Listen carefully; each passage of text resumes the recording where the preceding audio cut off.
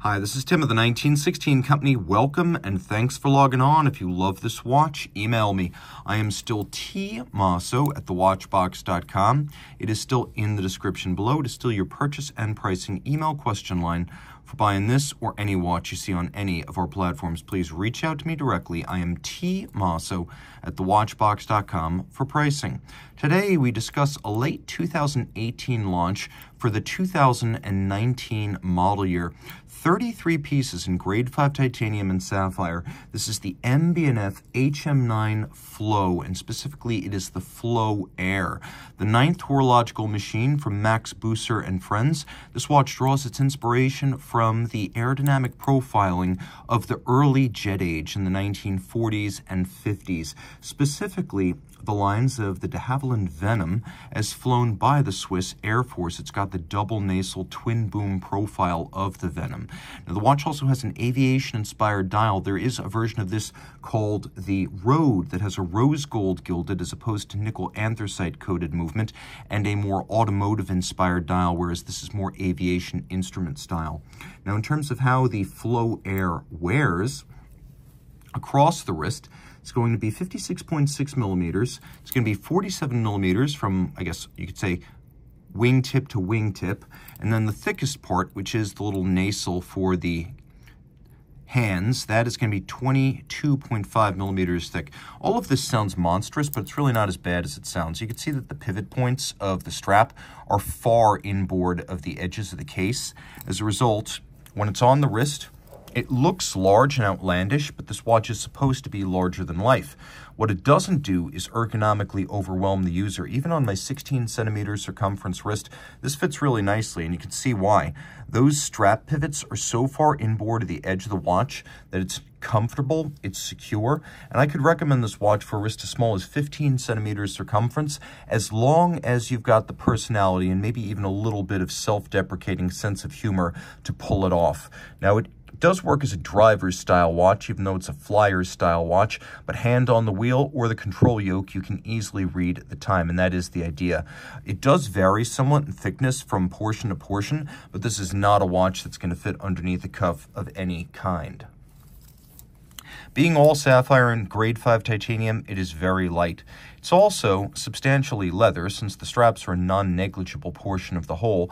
You can see we have a medium brown with a folded edge, a monotone stitch on the bottom. You can see, just like the top, smooth earth tones, albeit rubber inlaid here. So this is rubber to separate the leather from the heat, sweat, moisture, and grit of the wrist. We have a buckle featuring the MB&F double-sided battle axe logo and a leaf spring system that causes it to snap open but also snap and hold shut. This is the G&F Chatelain piece. It's used on many high-end brands, including MB&F, Richard Mille, and others, and offers quite a bit of security when closed and also ease of deployment when you desire it. You can see that the buckle has been polished, media blasted, and evacuated in profile.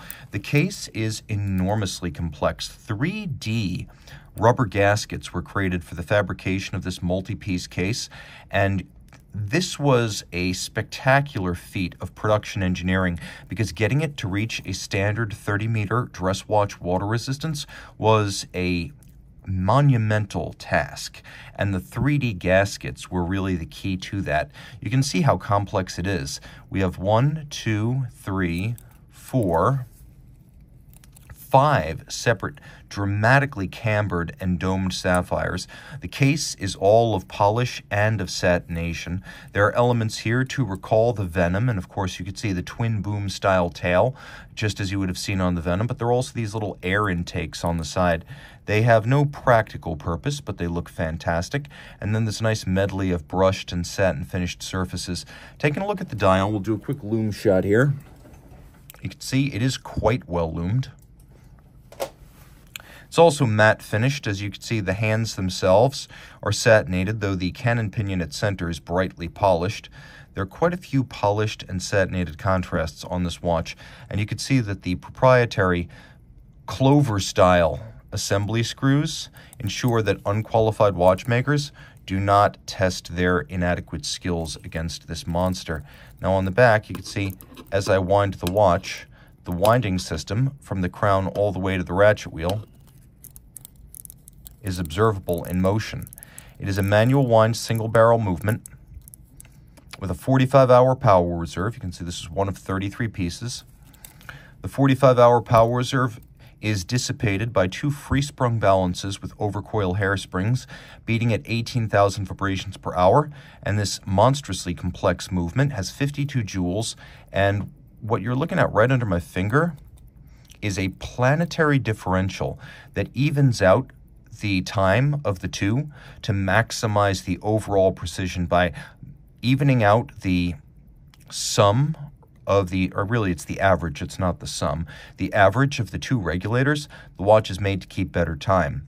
Now you can also see that the decoration on the movement is world-class with satination and internal beveling on the wheels, nickel anthracite coating, brushing and beveling on the bridges, and then a spectacular rounded and fully polished half bridge on each side holding the balance.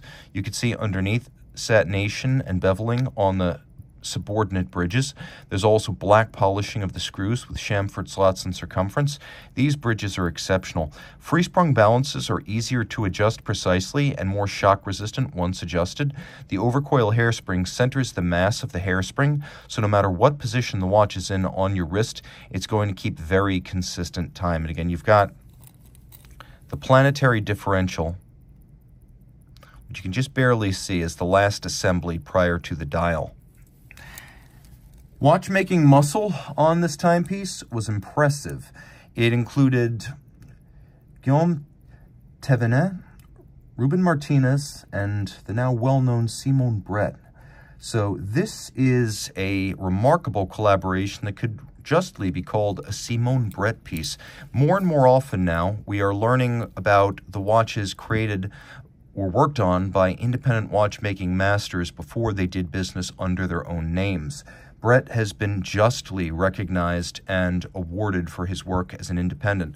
But it's also important to remember, Max Buser and friends, all of the collaborators that work on these watches, right down to the suppliers of the strap and the clasp, get credited. So thanks to Max, we know the work that Brett and Thévenet and Martinez actually did on this watch on behalf of MB&F. If you love this watch, reach out to Team Mosso at thewatchbox.com for purchase and pricing details.